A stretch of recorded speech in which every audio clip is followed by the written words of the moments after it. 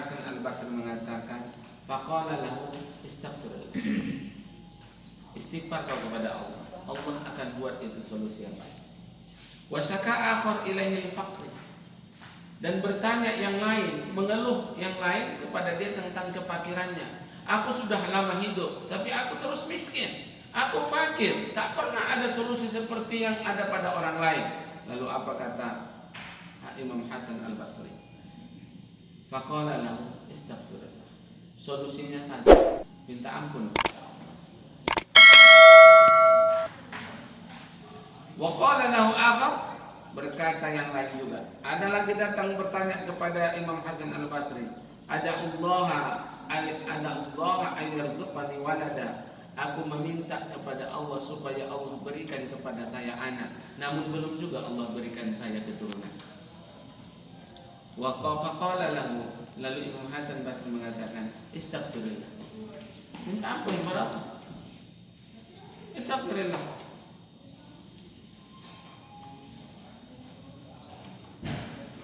Faqulna lahu fi dzalik.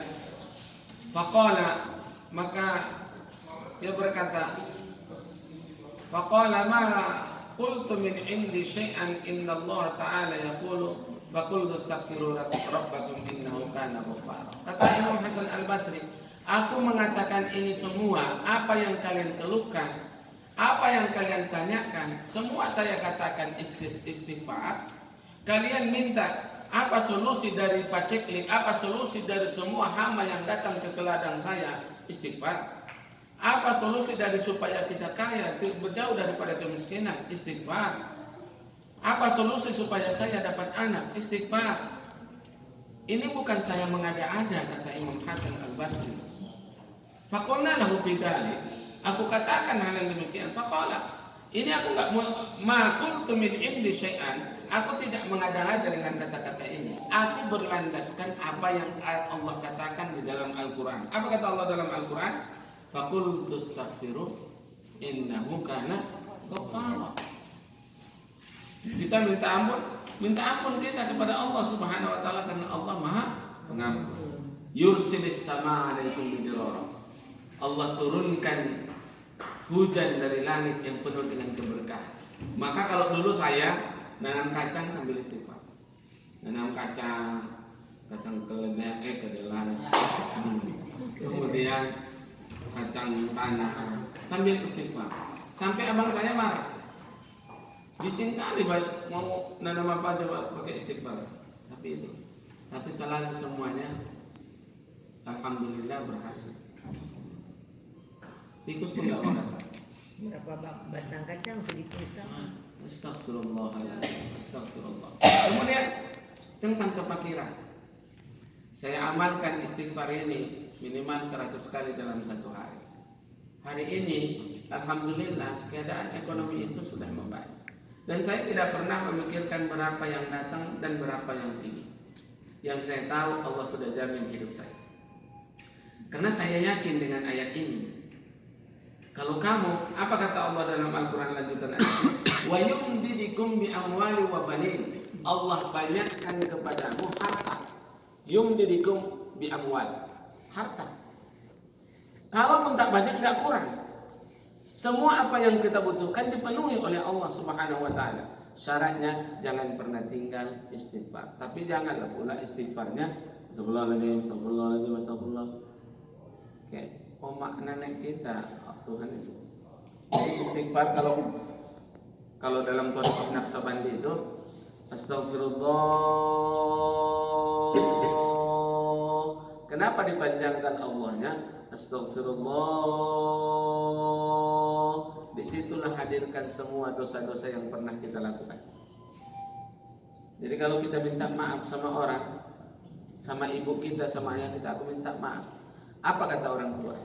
Belum kau minta maaf sudah aku maafkan salah. Tapi kalau betul-betul banyak dosa, aku selama ini berkata kasar, nggak pernah kulihat kau. Barulah diungkapkannya, iya. Sebenarnya sakitkan hatiku, nggak pernah kau kunjungi. Tapi kalau nggak kita bilang apa kekurangan kita, maka apa kata orang tua? Udah aku maafkan itu semua. Belum lagi kalian minta maaf, udah aku maafkan. Tapi ketika kita mencurahkan kekurangan yang kita lakukan kepada orang tua kita, maka akan dimaafkannya dengan sesungguhnya dari dalam hati. Disitulah turunnya keberkahan itu tadi. Tapi kalau kita hanya sekedar aku minta maaf, apalagi di Lebaran ucapannya ucapan sepele menurut saya. Apa ucapan sepele? Mana tahu ada salah saya, ada salah kami sebagai anak selama setahun ini. Mana tahu? Jelas ada salahnya, bukan mana tahu ada salah. Ini ucapan yang salah ini. Mana tahu ada salah, mohon dimaafkan. Ini kan sepele namanya. Tapi kalau kita bilang sama orang tua, banyak salah yang kami lakukan. Cara kami berbicara, cara kami duduk, kemudian cara kami dalam menyikapi kata-kata ayah dan ibu, banyak yang menyakitkan hati. Untuk itu saat ini kami minta maaf. Begitu kepada Allah. Astagfirullah. Hadirkan semua dosa yang kita lakukan. Kalau enggak menetes air mata itu, disitulah dikubur Allah. Disitulah pelan-pelan diluruskan Allah hati yang bengkok itu. Ketika kita istighfar, astagfirullah, nampaklah kita bagaimana membentak ayah ibu kita. Nampaklah kita sedang menipu orang lain. Nampaklah kita sedang membohongi orang lain. Nampaklah kita sedang membohongi diri sendiri. Nampaklah kita telah meninggalkan sholat. Nampaklah kita lihat diri kita. Astagfirullah. Wah, tersentuh hati. Disitulah hati itu mulai terkikis kotorannya. Kalau nggak seperti itu nggak akan terkikis. Nggak akan terkikis. Apa keinginan kita kalau sudah mulai ini disentuh oleh istighfar itu akan dimudahkan oleh Allah Subhanahu wa taala. Yang tak kita kira. Ada pernah kemarin datang kepada saya, Ustaz, ada uang saya di pemerintah 30M. Sudah 30 tahun tidak dibayar sampai suami saya sudah menikah. Bisa nggak itu dikembalikan? Kata pemerintah sudah dipilotkan, nggak bisa lagi. Saya bilang tidak ada yang tidak mungkin. Bagi mereka itu mungkin tidak mungkin, tapi bagi Allah itu sangat mudah. Amalkan istighfar, saya amalkan istighfar. Istighfarlah beliau. Serat berapa? 1 hari 100 kali. Cuma 100 kali. Tidak lama. Seminggu kemudian datang Ustaz, alhamdulillah tiba-tiba orang tuh mau mencicil udah dibayar 1M. Mudah bagi Allah.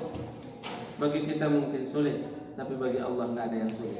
Ketika betul-betul kita menyerahkan urusan kita kepada Allah. Ini yang kedua. Di dalam Al-Quran itu yang pertama, kelebihan al-ayat istighfar itu yursilis sama'a alaikum bidirah. Allah turunkan hujan yang penuh dengan keberkahan. Artinya apa? Rahmat diberikan Allah kepada kita. Yang kedua, wa yumdidukum bi amwali wa banin. Allah banyakkan harta. Yang ketiga, wa banin, anak. Jadi caranya supaya punya anak banyak istighfar. Tapi ada syaratnya satu lagi. Sholawat 100 kali kalau ingin punya anak. Sholawat 100 kali, istighfar 100 kali. Setiap hari. Jadi waktu saya di Jakarta kemarin belum ke sini, adalah beberapa pengajian saya di Jakarta datang. 3 pasang belum punya keturunan. Ada yang sudah 12 tahun, ada yang sudah 18 tahun, ada yang 8 tahun. Ustaz, bagaimana? 3 orang. Solusinya cuma satu. Istighfar, sholawat. Istighfar, sholawat. Suami istri ya. Suami istri. Tidak boleh tinggal 1 hari pun. Kalau 1 hari tinggal, ulang lagi. Minimal 3 bulan. Minimal 3 bulan. Masih di sini saya udah telepon. Ustaz, kami 3 udah berisi. Masya Allah. Kapan Ustaz ke Jakarta supaya kita buat syukuran? 3. Mudah. Pernah kejadian lagi. Orang masih di Medan. Datanglah mereka suami setelah nikah, rupanya istrinya kena apa namanya? Kista. Dioperasi, terpaksa harus diangkat rahimnya. Datanglah suaminya ke rumah dengan istrinya. Ustaz, macam mana nih? Maksud suaminya supaya diizinkanlah dia menikah. Sedangkan ini nggak mungkin lah nggak punya. Mana mungkin lagi punya anak? Saya bilang siapa bilang nggak mungkin punya anak? Ada jaminan rupanya harus punya rahim baru punya anak? Nggak ada kata Allah kan? Kata dokter medis oke. Lalu saya ajarkan istighfar. Kalian jangan tinggalkan yang dua. 6 bulan setelah itu, Ustaz, istriku berisi, tapi di mana tempatnya? Jangan tanya. Diperiksa ke dokter, ada. Alhamdulillah setelah lama lahir anaknya laki-laki. Anaknya laki-laki. Tapi hanya itulah. Tidak lagi adik. Inilah diberikan Allah. Ini diberikan Allah kepada kita solusi.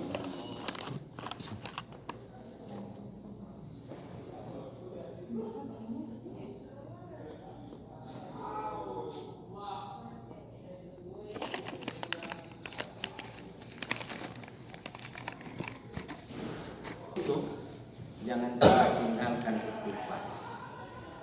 Saya sampai hari ini tidak pernah saya tinggalkan. Kalau sholawat pagi itu 1000 pagi 1000 kali. Pagi itu 1000 kali. Dan memang amalan saya istighfar sholawat dan tidak pulang sebelum suruh dari masjid.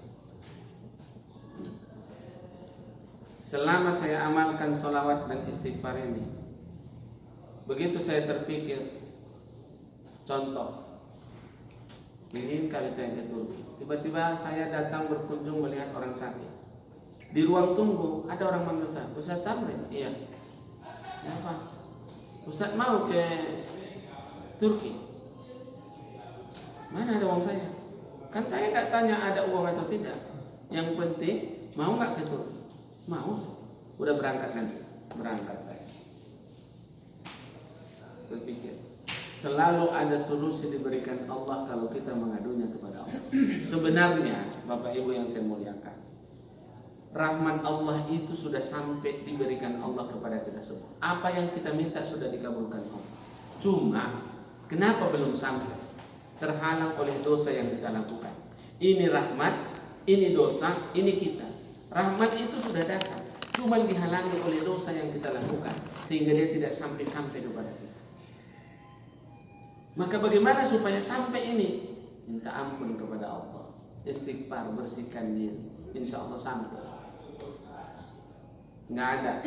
Ya, kan Allah mengatakan, "Ud'uni astajib lakum." Kau minta kepada aku, kukabulkan.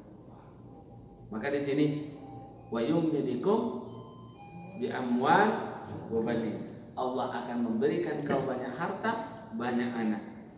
Ini berbanding lurus dengan hadis Rasulullah yang saya sebutkan tadi. Wa razaqahu min haitsu la yahtasib. Allah berikan rezeki yang tak diperhitungkan, jangan yang tak disangka-sangka. Yahtasib itu tak bisa diperhitungkan. Makanya dari hadis ini, jangan pernah mengukur rezeki kita, jangan pernah membatasi rezeki kita. Berapa? Aku gajiku PNS 4 juta ya gajiku sebulan, mana bisa ngapa-ngapain? Jangan kau batasi rezekimu dengan 4 juta itu. Jadi gimana? Insya Allah diberikan Allah rezeki yang dari yang lain. Jadi jangan batasi. Aku cuman pendapatanku cuman, jangan. Pendapatanku nggak tahu berapa. Itu diserahkan sama Allah. Maka jangan batasi rezekimu. Allah mau ngasih lebih. Nah, gitu.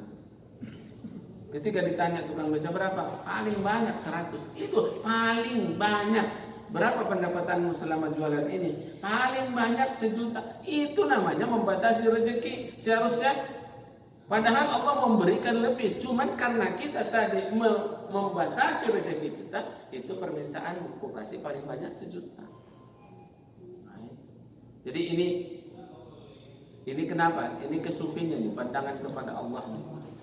Maka kenapa orang mengeluh dengan masalah-masalah yang ia hadapi? Karena dia tidak pernah mengadukan hal dia kepada Allah Subhanahu wa taala. Jadi solusi dari semua masalah itu tadi. Yang pertama, ketika ada kesusahan, ketika ada masalah dalam pertanianmu, ketika ada masalah dalam usahamu, banyakkan apa? Istighfar. Suatu ketika Imam Ahmad bin Hanbal tidak tahu dia apa yang membawa dia harus pergi. Dia harus pergi kemana? Ke Basra. Dari kampungnya dia harus pergi. Akhirnya sampailah dia di sore hari di tempatnya. Nggak tahu dia ngapain di situ di Basra. Imam Ahmad bin Hanbal sampainya dia di situ numpang, dia sholat dia di masjid. Dari Zuhur, Asar, dari Asar ke Maghrib, tiduran dia. Sampai ke Isya. Tidur dia di dalam masjid, datang marbot. Masjid tidur, diusir dia dari masjid itu. Ini bukan tempat tidur. Tidur dia di teras masjid. Ini bukan tempat tidur, diusir dia. Ada tukang roti di depan masjid itu. Sudah lama. Pak, sini aja Pak, tidur sini. Karena nggak diizinkan. Orang nggak tahu kalau dia seorang imam yang besar. Imam Ahmad bin Hanbal. Setelah dia keluar, tidur dia. Sambil tiduran dia didengarnya tukang roti itu. Apa yang didengarnya dari tukang roti? Sambil buat roti, sambil buat kentang. Apa ini? Astagfirullahaladzim, astagfirullahaladzim. Sambil mengadon, astagfirullahaladzim, astagfirullahaladzim, astagfirullahaladzim, astagfirullah. Lalu bertanyalah Imam Ahmad bin Hanbal kepada bapak yang jual roti ini, yang tukang roti. Sudah berapa lama kau baca istighfar itu? Seumur hidup. Apalah yang kau dapatkan dari istighfarmu itu? Tidak ada satupun yang tidak dikabulkan Allah dan semua keinginan. Tinggal satu lagi keinginanku yang belum dikabulkan Allah selama aku mengamalkan istighfar. Apa yang belum terkabul dari doa? Ingin kali aku bertemu dengan Imam Ahmad bin Hanbal. Ingin kali aku, astagfirullah. Kata Imam Ahmad bin Hanbal, jadi gara-gara istighfarmu saya sampai ke sini. Siapa kamu? Akulah Imam Ahmad bin Hanbal. Coba, seorang imam yang cukup besar dan terkenal, gara-gara istighfar, tak tahu mau kemana, akhirnya ketemu dengan orang yang menginginkan ketemu. Jadi kita pun bukan karena hebatnya kita, tapi karena kerendahan hati kita memohon ampun kepada Allah Subhanahu wa Ta'ala. Jadi nggak usah takut hidup. Kemudian kita terhindar dari sifat kefakiran. Ya, fakir pikiran, fakir hati, fakir harta. Ini nanti akan dimerdekakan Allah kita dari sini. Dengan sebab apa? Dengan sebab memperbanyak istighfar kepada Allah. Kemudian waqala lahu akhar ada Allah ayarzuqani walada. Aku sudah meminta kepada Allah diberikan rezeki anak namun tidak juga diberi, maka berdoalah kepada Allah dengan cara beristighfar. Astagfirullah. Solawatnya silakan bebas solawatnya, mana yang singkat, mana yang pendek, mana yang jangan yang panjang, yang pendek aja. Mana yang pendek? Solawat Jibril. Solawat Jibril mana? Sallallahu ala Sayyidina Muhammad. Ini kalau dibaca satu kali, kata dalam hadisnya 80 pintu rahmat dibukakan Allah. Sallallahu ala Sayyidina Muhammad. 80 pintu rahmat. Saya mengamalkan ini, saya minta kepada Allah, ya Allah, setelah saya amalkan ini 3 bulan, 100 kali masih dulu, belum 1000 kali, saya baca ini, Sallallahu alaihi wasallam Muhammad Sallallahu alaihi wasallam. Setelah itu saya minta kepada, ya Allah, kau kata hadis kata Nabimu, membaca salawat ini 80 kali, 80 pintu rahmat kau bukakan. Saat ini mungkin entah berapa ratus pintu rahmat sudah terbuka karena saya sudah baca ratusan kali, sudah ribuan. Maka saya tidak minta banyak, ya Allah, izinkan saya mendaftar haji bersama dengan istri saya. Saya minta pagi, sorenya Bapak Ibu datang orang telepon, Ustaz bisa kami datang besok pagi ke rumah Ustaz? Ustaz di rumah? Iya, ada di rumah. Paginya ditelepon, Ustaz, mohon maaf saya nggak bisa datang. Ustaz bisa datang ke rumah karena nggak ada yang bisa mengantarkan saya ke rumah Ustaz. Ya udah saya datang. Sampai di sana, duduk saya sebentar, masuk dari kamar, dibawanya kertas plastik kresek. Ustaz, ini ada sedikit rezeki. Saya bawa, nggak saya lihat, saya masukkan ke jok kereta. Sampai di rumah, saya lihat cukup untuk daftar haji 2 orang. Begitu mudahnya.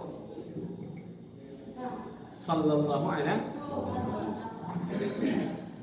asal hadisnya sallallahu ala Muhammad. Cuman kelu lidah ini mengucapkannya kalau hanya mengucapkan nama Muhammad. Mesti dimuliakan dengan sallallahu alaihi sayyidina Muhammad. Tuh, diamalkan. Jadi harapan saya, mintalah ampun kepada Allah sesungguh hati, karena di belakang itu ada hadiah banyak diberikan Allah kepada kita. Jadi solusi anak, solusi usaha, solusi rezeki dan yang lain, semuanya akan dimudahkan Allah dengan asbab kita memohon ampun kepada. Ambil dulu penghalangnya supaya kita raih semua hasil yang sudah Allah berikan.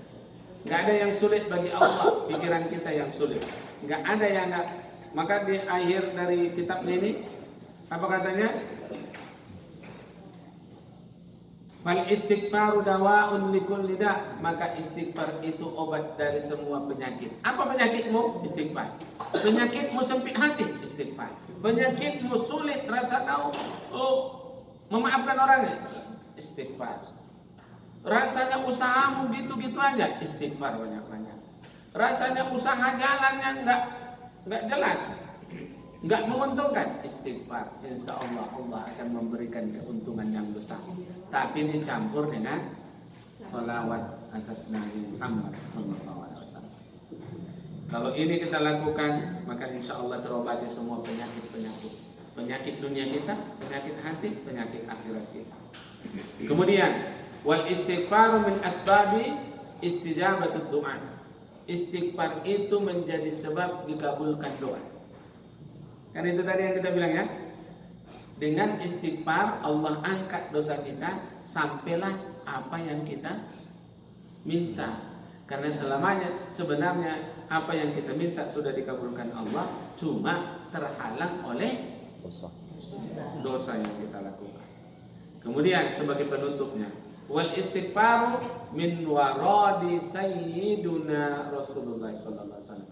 Sebenarnya istighfar itu wiridnya Nabi kita Muhammad sallallahu alaihi wasallam. Jadi kalau kita amalkan wirid dari Nabi ini, macam mana luar biasa. Sedangkan di Makkah pun kita, di Madinah kita ziarah, dalam hadis, dalam firman Allah disuruh kita istighfar supaya Nabi sebagai wasilah meminta kepada Allah dosa kita diampuni. Maka ini banyakkanlah istighfar dari sekarang. Jangan pernah tinggal. Tapi ingat ya, kalau untuk seperti yang punya anak tadi, jangan ada kurang. Satu hari tidak boleh kurang. Suami istri, astagfirullah, kemudian sholawat. Kalau udah pilih sholawatnya, pilih istighfarnya, silakan. Jangan astagfirullah, besok astagfirullahaladzim, jangan. Astagfirullah, itu aja boleh. Astagfirullahaladzim, boleh. Astagfirullahaladzim, la ilaha illa huwal hayyul qayyum wa atubu ilaih, boleh. Mana yang kau pilih supaya enak di dalam diri kita dalam memohon ampun kepada Allah. Kalau saya renungkan astagfirullah, jadi tersentuh hati, mengingat dosa-dosa yang kita lakukan. Ya, saya rasa ini aja. Mudah-mudahan bisa menjadi sesuatu yang lebih buat mengobati hati kita dan pikiran kita dan merubah jarak antara kita dengan Allah semakin dekat. Nah, kalau makin dekat dengan Allah tidak ada masalah. Ada masalah disakiti orang, nggak ada sakit hati. Difitnah orang, nggak ada sakit hati. Dicurangi orang, nggak ada masalah. Ditipu orang, nggak ada masalah. Karena semua adalah milik Allah, akan kembali kepada Allah. Kalau kita merasa punya, maka kita jadi sakit hati. Kita punya harta, hilang harta itu, sakit rasanya hati itu. Kenapa? Karena kita merasa punya, padahal itu punya Allah. Gitu. Apapun yang kita punya hari ini itu titipan, bukan punya kita. Tapi kalau kita merasa punya, ketika itu berkurang dan hilang, maka itu akan sangat menyakitkan. Uang itu kenapa kita pelit? Karena kita merasa memiliki uang itu. Kenapa kita pelit dengan harta yang kita punya? Karena kita merasa punya, bukan titipan. Itu adalah titipan. Kalau kita nggak merasa punya, maka itu akan mudah kita keluarkan. Saya biasanya sedekah itu dari yang paling besar, baru yang kecil. Bukan dari yang kecil ke yang besar. Kalau ibu bersedekah biasa dari yang kecil ke yang besar, maka susah naiknya ke yang besar. Biasanya 1.000 maka susah naik ke 5.000. Kalau 5.000 susah naik ke 10.000. Tapi kalau dari 100.000 susah turunnya ke 5.000 kecilkan. Dipaksakan dulu bersedekah itu dengan cara dengan nilai yang besar supaya mudah. Ibu bapak kalau kehilangan lama-lama udahlah ikhlaskan aja gitu kan. Hilang 1 juta, sayang kali. Lama-lama udahlah ikhlaskan aja. Baru bisa ikhlas. Maka sebenarnya harta yang kita punya coba buangkan, keluarkan semua. Dipaksakan hati itu mengeluarkan supaya mati semua setan yang ada. Kata Tuan Guru kita Habib Umar bin Hafiz, apa tadi?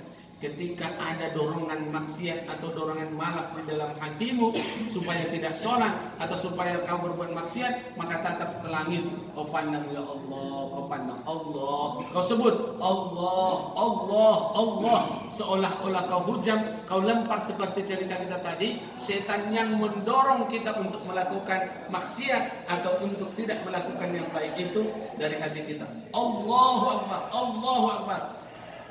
Tembak hati, maka insya Allah mati dorongan yang tidak baik, akhirnya kita mau melakukan. Wallahu a'lam. Mudah-mudahan ini bisa bermanfaat. Subhanakallahumma wa bihamdik, asyhadu an la ilaha illa anta, astaghfiruka wa atubu ilaik. Wassalamualaikum warahmatullahi wabarakatuh.